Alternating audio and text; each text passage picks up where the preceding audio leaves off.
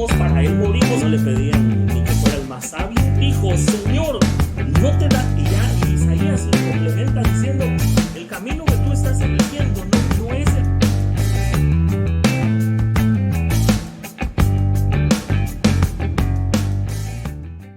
Dios les bendiga, mis hermanos, bienvenidos a este discipulado. Saludos a todos. Yo les doy las gracias desde ya por tomarse un tiempo para poder compartir la palabra de Dios, para poder enriquecerse de la palabra del Señor. Como les había comentado, vamos a estar compartiendo algunos discipulados para que la iglesia en este tiempo pueda ser edificada. El tema que vamos a tratar el día de hoy, vamos a entrar de lleno al tema. El tema del día de hoy es piedras labradas. Y para eso vamos a ir a la palabra del Señor en Deuteronomio capítulo 4. Para los que tienen Biblia ahí en su teléfono, que la puedan sacar de inmediato.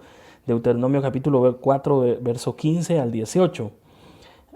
Lo vamos a siempre orándole al Señor para que sean sus palabras las que podamos oír dentro de nuestros corazones y que la palabra, que es como una lluvia que cae en tierra fértil, no regrese al cielo sin haber hecho su obra en nosotros.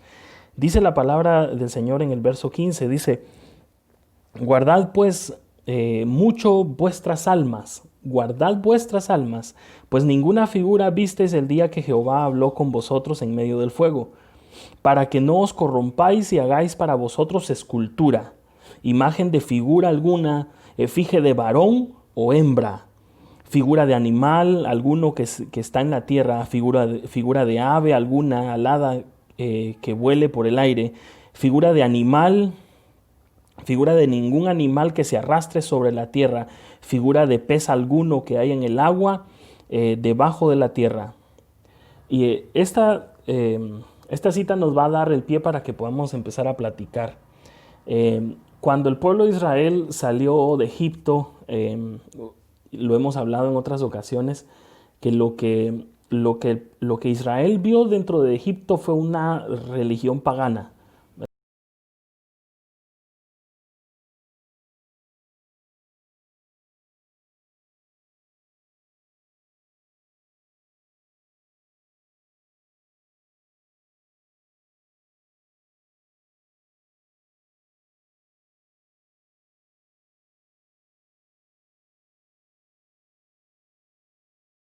El pueblo de Israel, que en ese momento todavía no era pueblo, no había pasado por las aguas del Mar Rojo, sin embargo, eran hijos de Abraham, eran hijos dentro de la promesa que Dios le había hecho a Abraham, pero que le habían nacido de los 12 hijos de Jacob, y estuvieron presos en Israel 400 años, y en esos 400 años se mezclaron con todas las costumbres de Egipto. Hasta ese momento Dios de alguna manera permitió que ellos estuvieran presos en Egipto y esa cárcel que ellos tuvieron que vivir ahí y esa esclavitud que ellos tuvieron que vivir ahí, la vivieron también dentro de sus dioses. Tanto es así que cuando salen de Egipto, inmediatamente, casi que de inmediato vuelven a sus costumbres después de que ya Dios los había sacado. Es decir, Dios los sacó de Egipto, pero ellos no querían sacar Egipto de sus corazones. Entonces se hicieron un becerro adorando a un toro, que los egipcios lo conocían como Apis. Era un dios, era el dios babilónico que lo conocían y fenicio que lo conocían como Baal. Baal Moloch, y ellos, los egipcios, le decían Apis, pero era el mismo Dios, que era una imagen de un toro, de un animal, como lo que estaba diciendo aquí. Dice la palabra del Señor, no te harás imagen de nada. ¿Por qué no te vas a hacer imagen de nada? Porque dice aquí, si quieren volvamos a leer esto, dice, cuidad vuestras almas, dice, porque ninguna figura vistes el día que Jehová habló con vosotros en medio del fuego. Quiere decir que lo que Dios estaba diciendo aquí era, cuando yo les hablé y me manifesté a ustedes, yo no me manifesté mediante ninguna figura. Entonces ustedes no se hagan ninguna figura. Esto es tremendo, mi hermano. Porque cuando tú naciste de nuevo, o para el que no ha nacido de nuevo, Cuando nazca de nuevo, Dios no se le va a manifestar una avispa. Dios no se le va a manifestar mediante ninguna figura. Porque las figuras, el tema es que el ser humano, miren, hasta la cultura popular lo dice, lo comido es lo seguro. Ese dicho lo que está diciendo es describiendo la condición humana en que el ser humano siempre quiere ver algo tangible, algo que pueda ver, algo que pueda tocar, algo que pueda oler, porque el ser humano siempre piensa que la materia es primero, cuando en realidad el espíritu es pero no una energía desde el punto de vista esotérico, sino el espíritu que Dios da, que está cadavérico y muerto dentro de nosotros, porque dice la Biblia que nosotros estábamos muertos por nuestros delitos y pecados, así como estaba Israel muerto, siendo esclavizado por los egipcios, estaba muerto en delitos y pecados. Luego Dios manda a un Salvador, los salva, los saca de Egipto y los hace pasar por las aguas del bautismo, las aguas del Mar Rojo, donde derrota a sus enemigos y ya nace a novedad de vida, que dice la Biblia, nace de nuevo, con un espíritu vivificado dentro de él. Pero el ser humano siempre tiende, aunque haya nacido de nuevo, porque acuérdense que lo que hemos hablado tantas veces, que el camino del justo es como la luz de la aurora que va en aumento hasta que el día es perfecto, ¿verdad? Entonces no es la misma figura cuando recién has nacido, ¿verdad? Porque cuando uno recién nace es un bebé y luego va creciendo, llega a la niñez, llega a la adolescencia, la adultez y luego la vejez, ¿verdad? Y imagínense que en la vejez Dios le dice a Pedro, le dice, cuando seas viejo, ahorita que eres joven, tú te ciñes a ti mismo y vas donde tú quieres. Pero cuando seas viejo, alguien más te ceñirá, levantarás tus manos y alguien más te ceñirá y te llevará donde tú no quieres ir. Porque cuando uno crece espiritualmente y uno empieza a dejar de ser un niño espiritual y empieza uno a crecer y a crecer y a crecer, te das cuenta que tienes que dejarte guiar por el Espíritu Santo. El Espíritu Santo es ese que Jesús le dijo a Pedro que ya no se iba a ceñir él mismo, iba a ir donde él quería, sino que iba a ir donde Dios quisiera que él fuera. Esa es la madurez. Dejar que Dios guíe nuestra vida. Eso es lo más difícil porque es una tarea de Dios, no es una tarea nuestra. Por eso nosotros, al momento de que nacemos de nuevo, empezamos a morir. Eso parece contradictorio, pero es así. Cuando en Eclesiastés dice, hay tiempo, para todo hay tiempo. Dice, hay tiempo para esto, hay tiempo para lo otro, hay tiempo para esto. Las primeras dos cosas que menciona hay tiempo de nacer. Y la segunda cosa inmediata dice, hay tiempo de morir. Entonces, cuando tú naces de nuevo, inmediatamente empiezas a morir. Porque tienes que morir a ti mismo. Tienes que morir adentro. Pero el que no muere adentro empieza a buscar una religión externa, no una vida interna con Dios. Porque aquí no se trata de religión, porque tú no tienes religión con alguien desconocido. O sea, la religión, déjame tratar de explicar esto. La religión es para alguien que no conoce a Dios, que no conoce a su Dios. Y trata de venerarlo y honrarlo mediante actitudes físicas, pero que no lo haga, porque dice, quizás me ve, pero cuando tú has nacido de nuevo y te vuelves hijo de Dios, porque así dice la Biblia, que todos los que han creído en Él, Dios les ha dado la potestad de ser llamados hijos de Dios.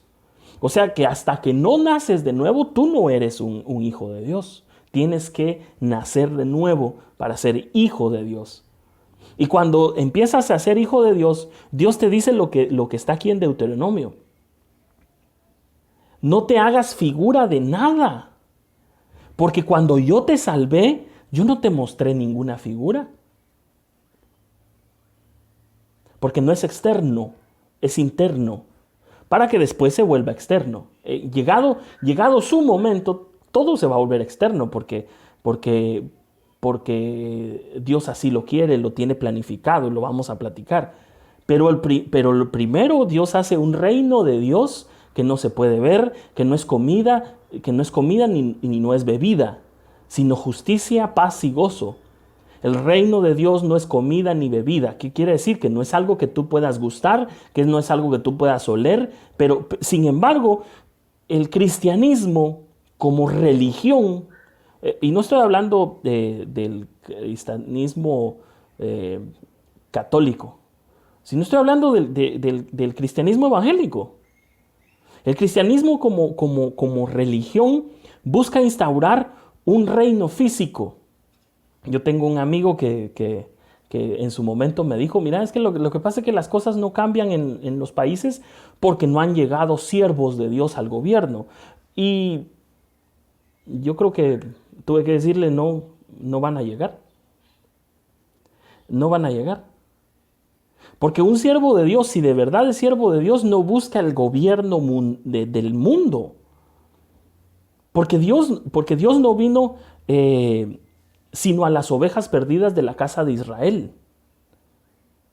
Vino a buscar a aquel que decide ser hijo de Dios y que empieza a ver un reino que no es visible. Mire, Primera de Juan dice, vamos a leer esta cita. Primera de Juan capítulo 4, verso 20.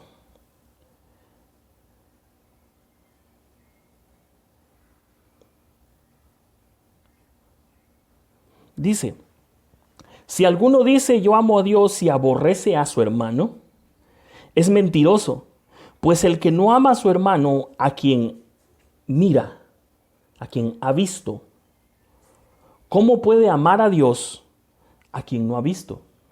Entonces Dios es invisible hasta el momento. Mientras que estemos en este tiempo de misericordia, Dios tenía que dejar un balance. Dios tenía que dejar un balance porque Dios le dio a esta nueva simiente que es la iglesia, le dio un mejor pacto. Y un mejor pacto quiere decir mejores promesas. ¿Por qué? Porque los pactos de Dios con el ser humano son incondicionales. No son de doble vía. No vas a creer que tú pactas con Dios.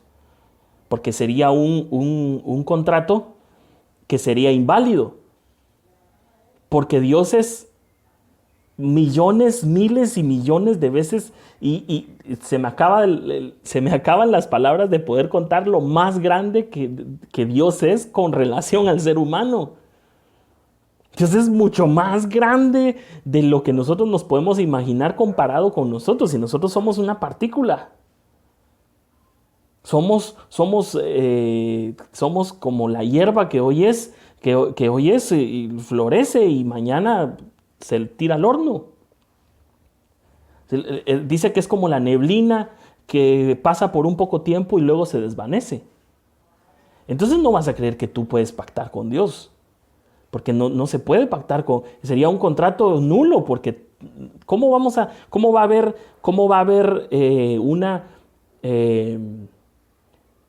algo que sea recíproco si tú no puedes compararte con Dios? Uno hace un contrato en doble vía con alguien que mide sus fuerzas, con las que mides tus fuerzas y dice, sí, yo le puedo aportar y él me puede aportar a mí. ¿Pero qué le puedes aportar tú a Dios?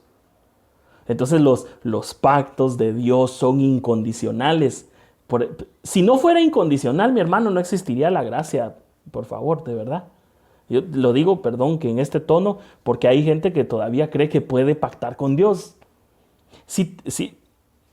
Si alguien se atreve, y los hay, quien pacta con Dios, está cometiendo un grave error. ¿Por qué? Porque no le va a poder cumplir a Dios.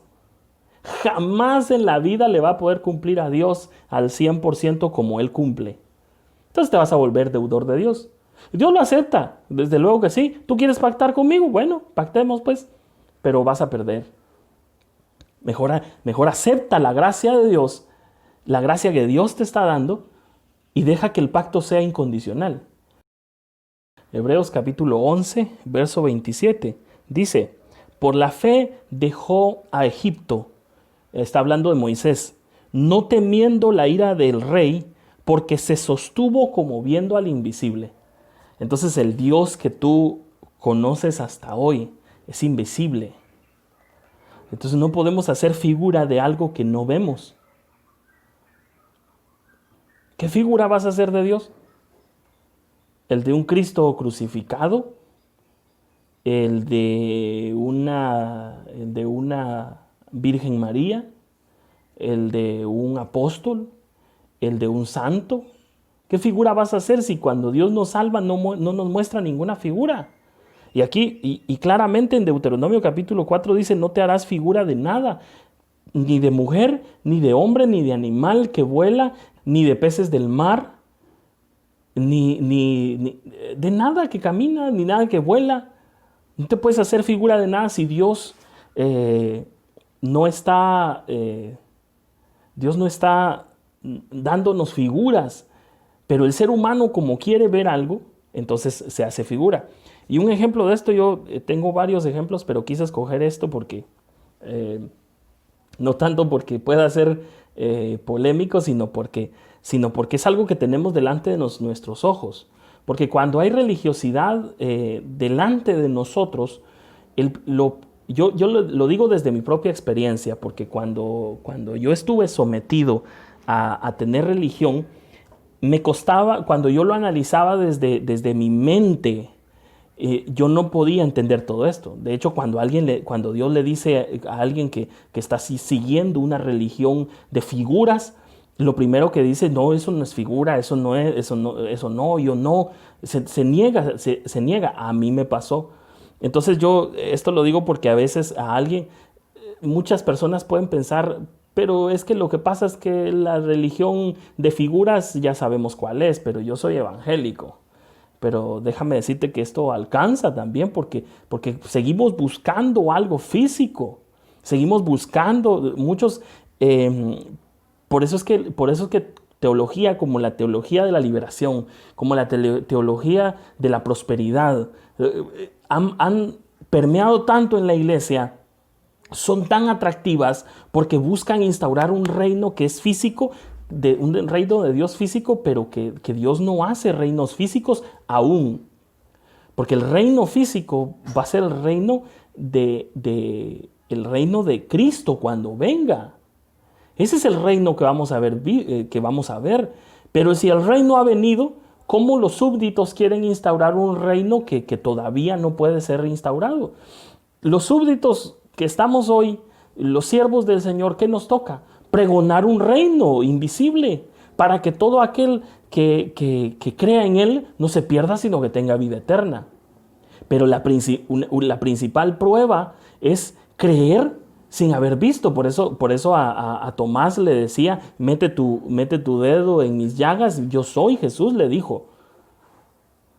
Bienaventurado aquel que cree sin haber visto. Es que por el momento no vamos a ver nada con estos ojos humanos, sino que todo lo vamos a ver adentro con los ojos del Espíritu. Entonces, vamos al ejemplo que les iba a poner, la estrella de David. Yo por lo menos lo he buscado y lo digo con sinceridad, yo lo he buscado en la Biblia y la estrella de David no está en la Biblia. No me extrañaría que viniera alguien que me dijera, sí, ahí está, pero yo lo he buscado y no está. Entonces la estrella de David, al buscar los precedentes de la estrella de David, nos encontramos que no es una estrella judía y del pueblo de Israel, me refiero, sino que es, porque hasta eso hay que arreglar, porque decimos judíos, pero los judíos, hasta el nombre lo dice, es la tribu de Judá. El pueblo de Israel eran 12 tribus. Hablemos del pueblo de Israel. Entonces, el pueblo, la estrella de David la encontramos en literatura judía, en escrituras judías, de Israel, pero que no son la Biblia. No está ahí. Pero nosotros vemos, por ejemplo, en la bandera de Israel de hoy en día, ahí está la estrella de David, que le dicen estrella de David. Pero cuando nos vamos a buscar la estrella de David, encontramos que sus orígenes son paganos. Totalmente, son orígenes paganos. Esta estrella está en Sumeria, está en Egipto, está en todas las religiones mesopotámicas, en todas las civilizaciones mesopotámicas está la estrella que se le conoce como la estrella de David, que está en la bandera de Israel. Eso a mí por lo menos me dice un montón, porque este Israel que se dice... Todavía los judíos ortodoxos dicen que son el pueblo de Dios. Pero Jesús les tuvo que decir a con los que él trató hace 2000 años, como los que están hoy en día, les tuvo que decir, pues que ustedes no son hijos de Abraham. Ustedes son los hijos de su padre el diablo. Porque si fueran hijos de Abraham, las obras de Abraham harían. Si Abraham hubiera conocido físicamente a Jesús, si Abraham hubiese estado en el tiempo en el que Jesús llegó, Abraham hubiera sido el primero que hubiera creído. Porque él es el padre de la fe. Entonces él es el primero que hubiera creído. Porque dice la Biblia que Abraham no recibió la herencia. Abraham no recibió la herencia y la buscó y la buscó y la buscó, y cualquiera diría, puchica, pero entonces lo que tiene es un Dios mentiroso, porque dice que buscó la herencia y no la encontró.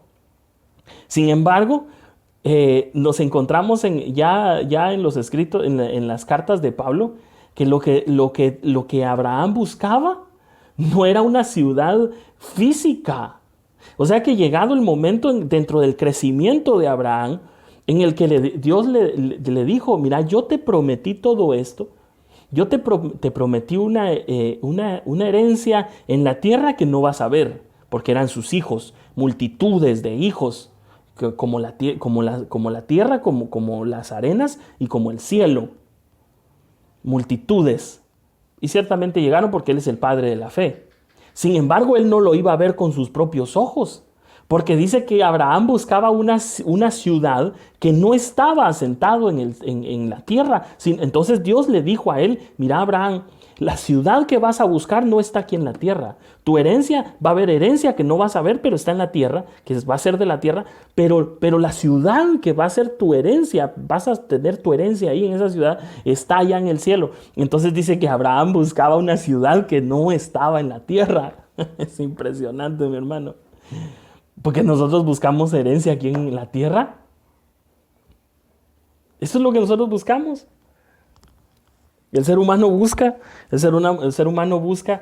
herencia que está en la tierra, y en la tierra no vamos a tener. En la tierra tenemos añadidura, arras, una pequeña muestra para que podamos vivir en paz. Porque Pablo decía, no me des tanto como para que yo me aleje de ti, ni me des tampoco como para que yo te blasfeme. Dame lo necesario. ¿Por qué? Porque nosotros estamos aquí pasando una prueba, venimos a ser probados, pero la ciudad que buscamos está en el cielo. Que es una ciudad que ahorita no la puedes ver. No la podemos ver, sin embargo, vamos detrás de eso. Entonces volvamos al ejemplo de la estrella de David. La estrella de David no es más que un símbolo de fertilidad, porque es un símbolo de hombre y mujer. Un triángulo que ve para abajo simboliza a la mujer, y un triángulo que ve para arriba simboliza al hombre. Entonces es un símbolo de fertilidad. Y lo vemos incluso en las imágenes de Baphomet, que es se dice que es el dios que adoraban los templarios. Los templarios adoraban una cabra con símbolos esotéricos, y esos símbolos esotéricos son muchos de esos símbolos esotéricos que tenía el Baphomet de los templarios. Dentro de eso estaban la cruz, la estrella la estrella de David, que le llaman. De hecho, en Italia estuvo a principios de este año, estuvo una imagen de Moloch, de Baal Moloch, en el Coliseo Romano. Ustedes lo pueden encontrar ahí, eso no es mentira.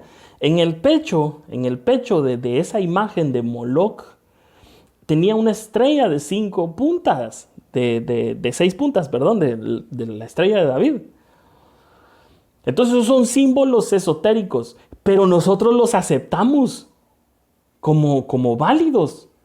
Y los tenemos en banderas y los tenemos en iglesias. Y ahí está la religión permeando la iglesia, metiéndose mediante estratagemas del mal. Y nosotros lo permitimos. ¿Cómo es posible que lo permitamos? Yo no lo entiendo.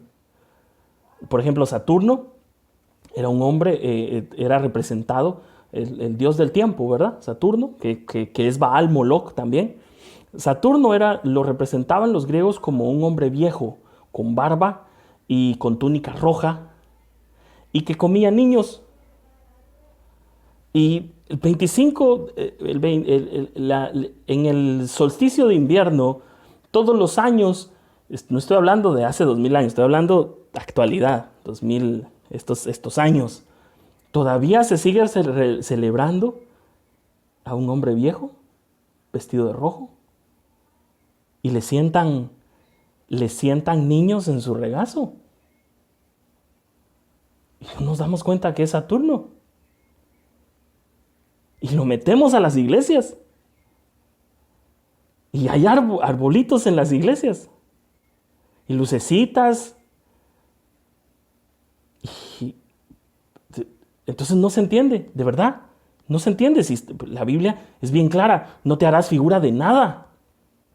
Mucho menos de un Dios que es Satanás mismo. Porque Saturno es Satanás. Que le gusta comer niños.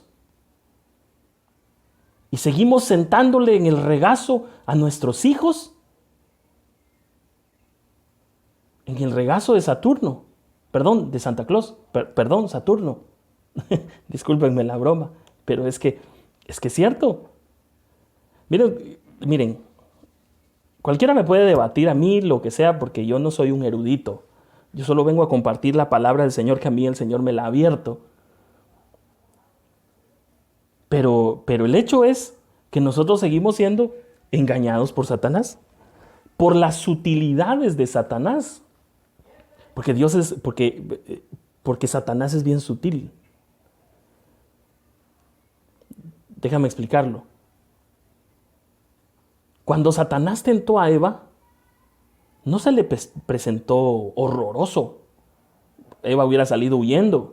No, hasta era familiar. Y le habló con la verdad de la Biblia, de lo que conocía de Dios. Pero lo tergiversó para que la mujer cayera. Así hoy en día. Y ¿saben qué es lo más preocupante, mis hermanos? Que las sutilidades, ya llevo media hora, es hora de ir parando. Pero deme unos minutos más. Las utilidades, lo más sutil, lo que parece más hermoso, es lo más difícil de discernir. Porque si todo fuera fácil, no habría quien cayera. Pero no es fácil discernir lo más sutil. Por eso cualquiera se puede escandalizar y decir, no, ya se está yendo en contra de las imágenes y nosotros no adoramos imágenes. No, vamos a lo que dice la Biblia, porque creemos la Biblia. Por eso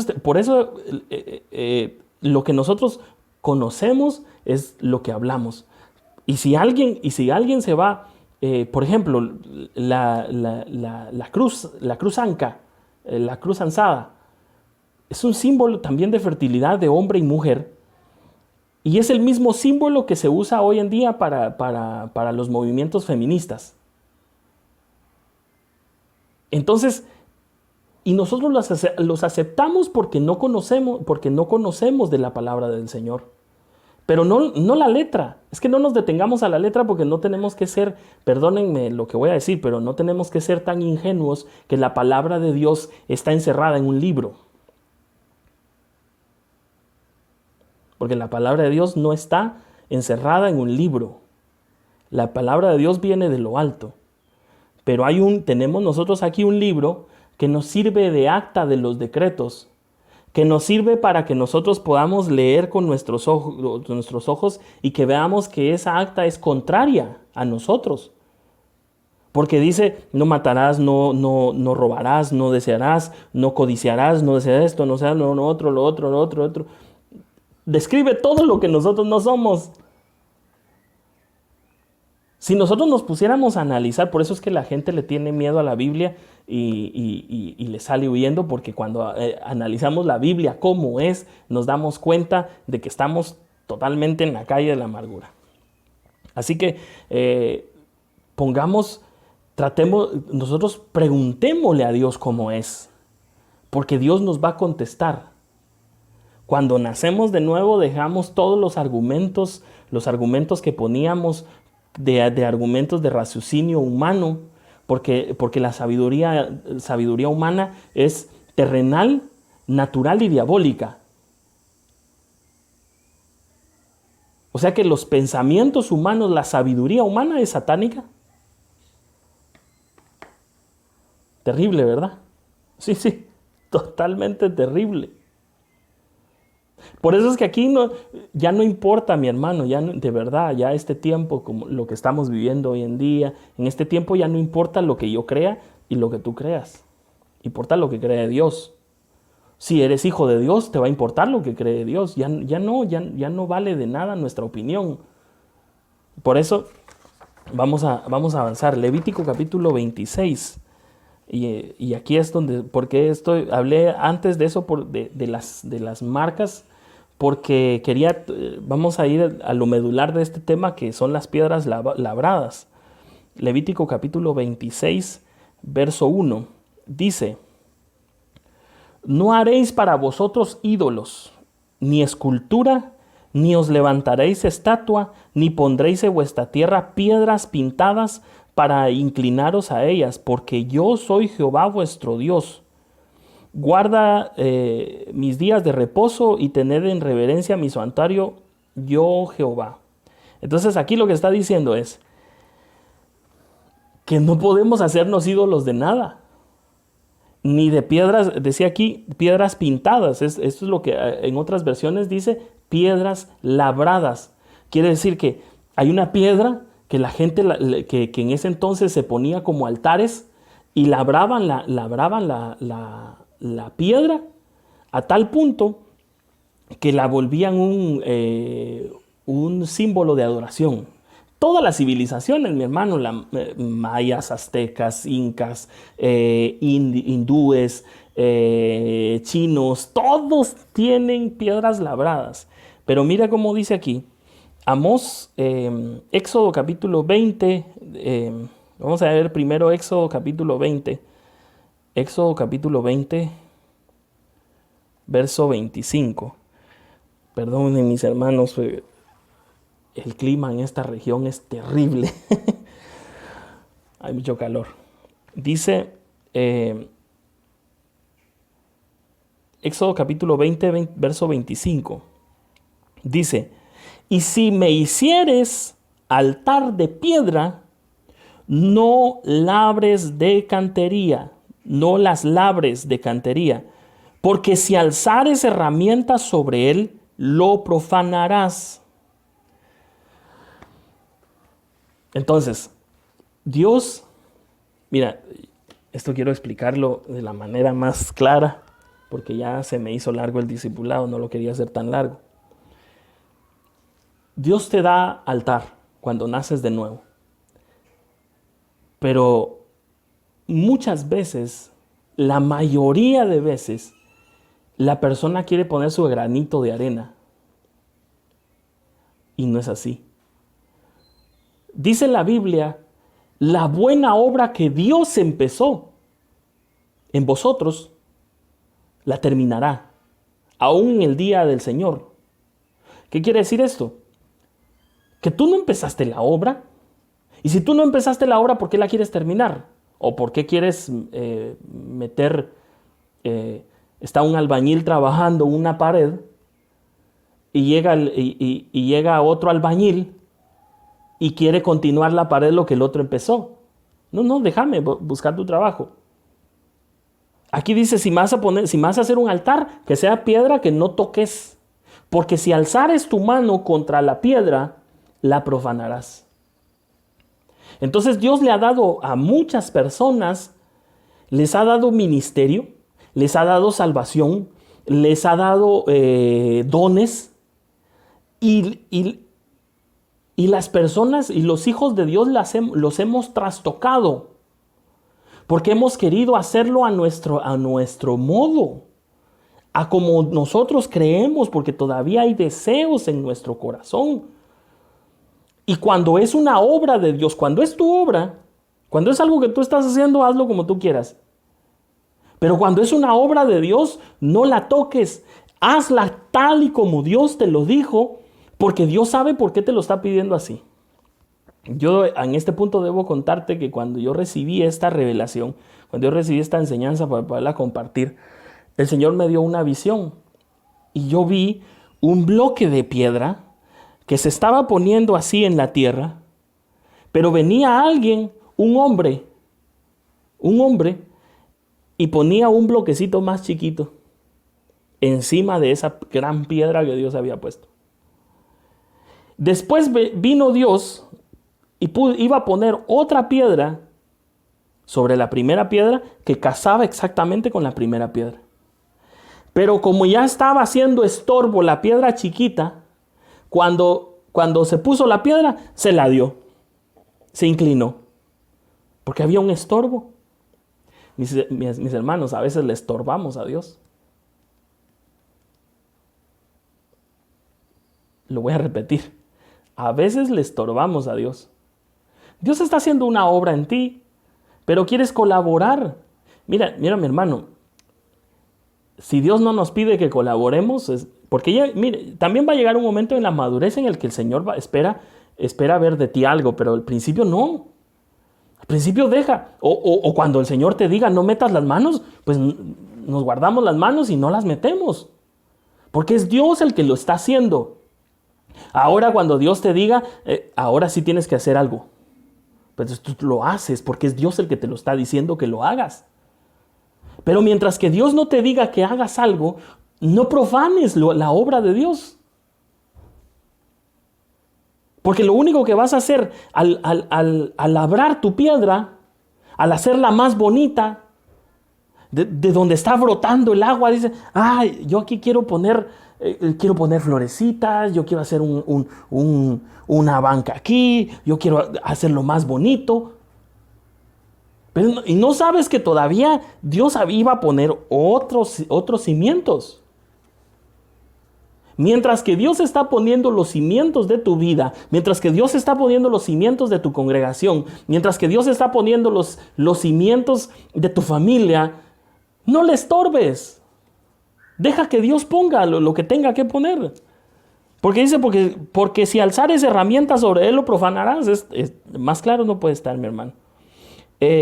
Vamos a ver Amós. Amós capítulo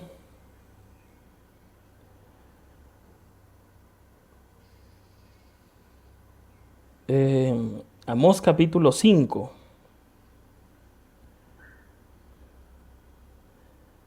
Amós capítulo 5, verso 11. Mira cómo dice acá. Por tanto, puesto que vejáis al pobre y recibís de él cargas de trigo, edificasteis casa de piedra labrada, mas no las habitaréis. Plantaréis hermosas viñas, mas no beberéis el vino de ellas. Aquí hay gente que está haciendo su voluntad. Y todavía dice, yo sé que Dios está conmigo. A mí el Señor me lo tuvo que decir un día. Yo le decía al Señor, Señor, yo sé que tú estás conmigo porque tu palabra lo dice. Y a mí el Señor me tuvo que parar el carro y decirme, ¿quién te dijo que yo estaba con vos? Aunque no me lo crea mi hermano, así me lo dijo. Y yo me tuve que arrepentirme. Yo tuve que arrepentirme porque me di cuenta que Dios no estaba conmigo porque yo estaba haciendo mi voluntad. ¿Tú quieres que Dios arregle tu vida o tu caminar, tu camino? Y sigues sin entregarle aquellas cosas que Él te ha pedido. Dios no puede ser burlado, no puede ser engañado. Dios no es una varita mágica. Si tú no haces lo que Dios te está pidiendo, ¿cómo vamos a pretender que Dios esté con nosotros? Si dice la Biblia que el que se hace amigo del mundo se constituye enemigo de Dios. Y que Dios ve de lejos al orgulloso. Pero al humilde lo atrae. Entonces, vamos a ir a Primera de Crónicas. Y con esto voy a ir terminando. Primera de Crónicas. Aquí vamos a ver cómo David, Primera de Crónicas capítulo 28. Lo vamos a leer y después lo comentamos. Verso 2. Y levantándose el rey David, puesto en pie, dijo: Oídme, hermanos míos y pueblo mío. Yo tenía el propósito de edificar una casa en la cual reposara el arca del pacto de Jehová y para el estrado de los pies de nuestro Dios. Y había ya preparado todo para edificar. ¿Él estaba haciendo una obra buena? Sí, estaba haciendo una obra buena. Porque quería edificar una casa para el Señor. Pero mira cómo dice el verso 3. Mas Dios me dijo: tú no edificarás casa a mi nombre, porque eres hombre de guerra y has derramado mucha sangre. Entonces a veces nosotros queremos hacer que Dios haga lo que nosotros queremos. Y a veces no nos corresponde. A veces no nos corresponde labrar la piedra. Jacob tuvo que agarrar una piedra que estaba ahí tirada, la puso de almohada, durmió una noche entera con esa piedra de almohada. Y es inusual que un hombre agarre una piedra. Imagínense qué incómodo, mi hermano. Si nosotros vamos a comprar almohadas acolchonadas para que sea más cómodo. Pero él agarró una piedra para dormir sobre la piedra, mi hermano. Y después al día siguiente la agarró y hizo un altar de esa piedra, pero no la labró. Entonces nosotros estamos haciendo cosas que en apariencia son buenas, pero no son agradables a Dios.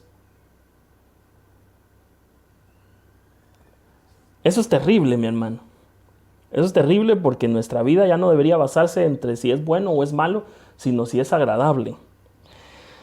Con esta cita, mira mi hermano, por eso es que voy a leer la última cita, pero antes de eso voy a decir que a Jeremías en capítulo 1 le dice: yo te he llamado y te he predestinado como profeta para las naciones, para que rompas, para que destruyas, para que, dice algo más, pero después dice, para que plantes y para que edifiques. Y mira cómo dice el Señor en este momento. Así es el Señor. Yo primero tengo que destruir lo que se ha edificado mal para poder reconstruir. Entonces a veces Dios tiene que destruir todo lo que nosotros hemos edificado porque lo hemos edificado mal. Por eso dice la Biblia: en vano trabajan los constructores si Jehová no edifica la casa.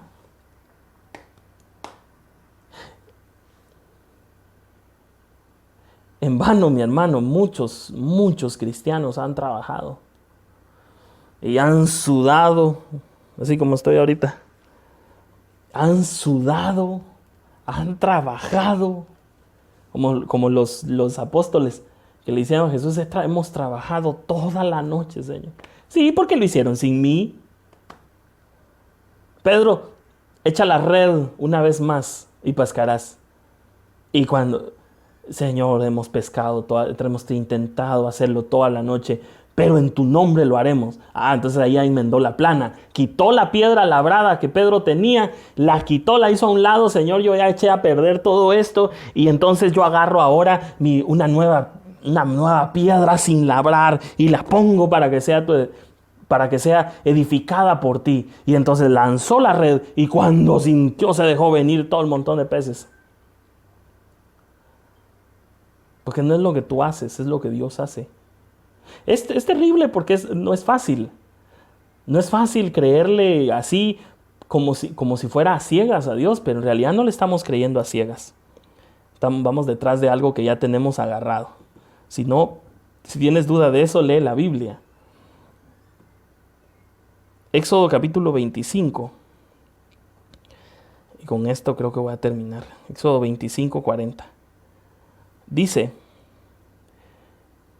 mira, esto se lo estaba diciendo a Moisés, cuando Moisés edificó el tabernáculo para Jehová. Dice, mira y hazlos conforme al modelo que te ha sido mostrado en el monte. Y lo leí, creo que lo leí un poco mal, pero vamos a volverlo a leer. Mira y hazlos conforme al modelo que te ha sido mostrado en el monte.